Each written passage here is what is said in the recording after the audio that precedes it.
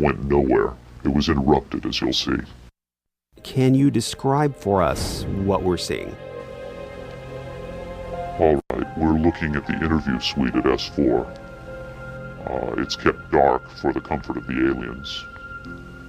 The figure who is just barely visible in the left foreground is the telepath, and behind the camera is a raked seating area for observers. Although in this case, I believe the only other person present was a military aide. The alien is seated behind a glass partition in a biocontainment area, which is maintained at biosafety level 2, the lowest designation. That's primarily for the protection of the aliens, not us. The theory is that if they were going to infect us with an alien bug, it would have happened 50 years ago. In fact, all the indications are the aliens eliminated microbial and viral life from their own ecosystem long ago.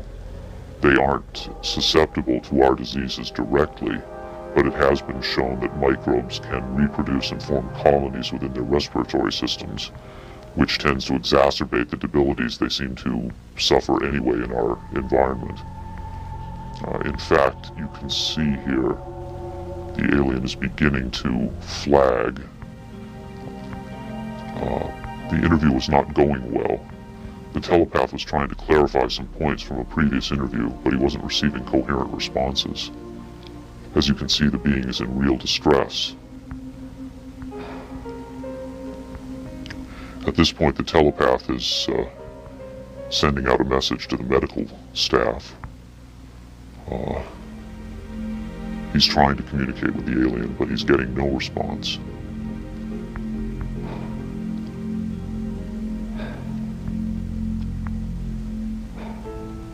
There's very little he can do.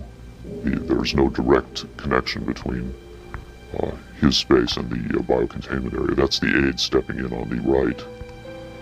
The medical staff should be there by now. They're slow in responding. There they are. I have to say the medical personnel at S4 are less than first rate. They tend to be selected for their willingness to keep secrets rather than their medical competence. By the way, he's not shining that light into the eyes. It looks that way, but in fact he's checking for hemorrhaging around the eye sockets and in the nasal cavity. I'm sorry. It's very hard for me to watch this.